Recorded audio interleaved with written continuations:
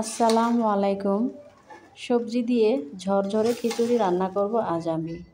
Viewers, এর জন্য আমি 2টি আলু এবং 5টি ফুলকপির টুকরো এবং 2 কাপ পরিমাণ মটরশুঁটি ডাল নিয়েছি কাঁচাটা। দেখতে পাচ্ছেন সবুজ কালার যে মটরশুঁটি সেটা আমি নিয়েছি।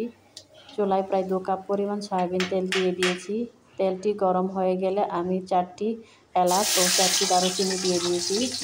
দারুচিনি এলাচগুলো কয়েক সেকেন্ড ভেজে নিয়ে দিয়ে দিয়েছি আমি 7 থেকে 8টি পেঁয়াজ কুচি।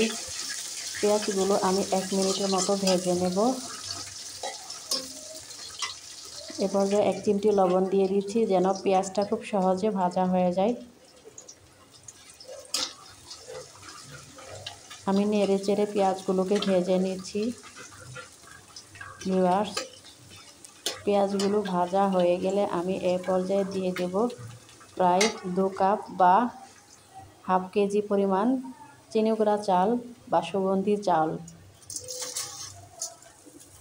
চালগুলো আমি খুব ভালোভাবে ধুয়ে পানি ছাড়িয়ে নিয়েছি।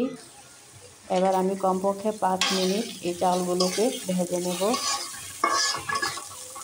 আপনারা চাইলে এখানে বিভিন্ন ধরনের ডাল অ্যাড করতে পারেন। আমি চাউলটাকে কমপক্ষে 10 মিনিট আমি পানিতে ভিজিয়ে রেখেছিলাম, যাতে খুব সহজে বা খুব তাড়াতাড়ি আমার চাউলটা রান্না করার সময় সিদ্ধ হয়ে আসে।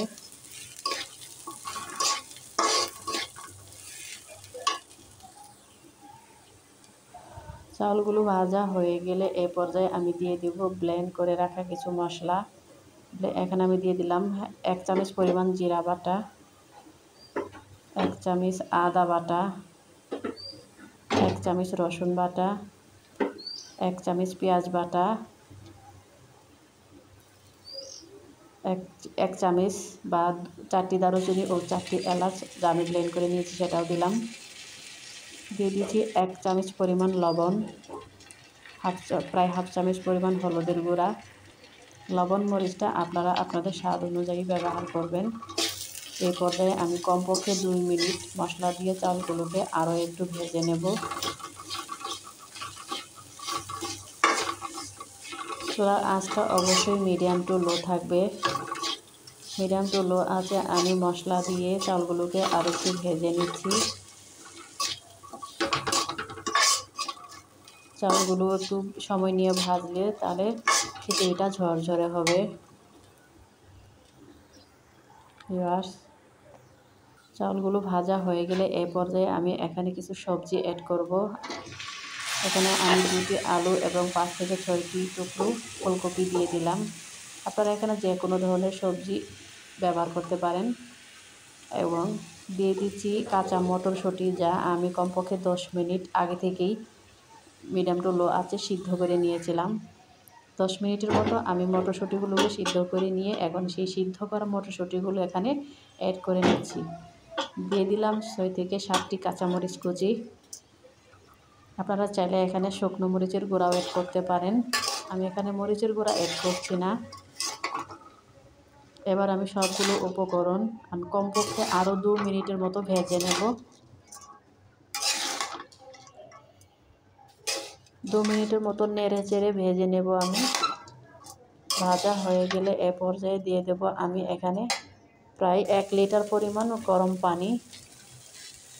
আমি যেহেতু এখানে 2 কাপ বা হাফ লিটার পরিমাণ চাল নিয়েছি, তার জন্য 1 লিটার পরিমাণ পানি অ্যাড করছি। আপনারা যে পরিমাণ চাল নেবেন ঠিক তার দ্বিগুণ পরিমাণ পানি অ্যাড করবেন। এবার একটু নেড়ে চেড়ে ঢাকনা দিয়ে ঢেকে কমপক্ষে 5 মিনিট সামান্য একটু হাই ভলিউমে সেদ্ধ করে নেব।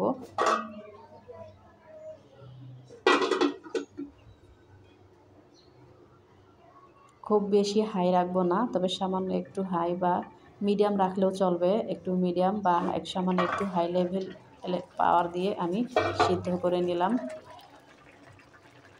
5 মিনিট পর এ পর্যায়ে আমি একটু 7 থেকে 4-5টি কাঁচামরিচের টুকরো দিয়ে দিলাম এবং আমি এখন একটু নেড়ে চেড়ে নেব চাউলগুলো একটু নেড়ে চেড়ে নিয়ে ঢাকনা দিয়ে কমপক্ষে আরও 10 মিনিটের মতো আমি একদম লো আঁচে সিদ্ধ করে নিলাম।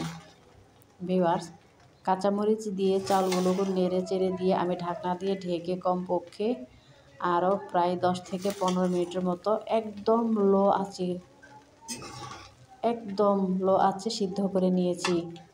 ভিউয়ার্স, ভিডিওটি যদি ভালো লাগে অবশ্যই চ্যানেলটি সাবস্ক্রাইব করবেন, লাইক, কমেন্ট, শেয়ার করে পাশেই থাকবেন।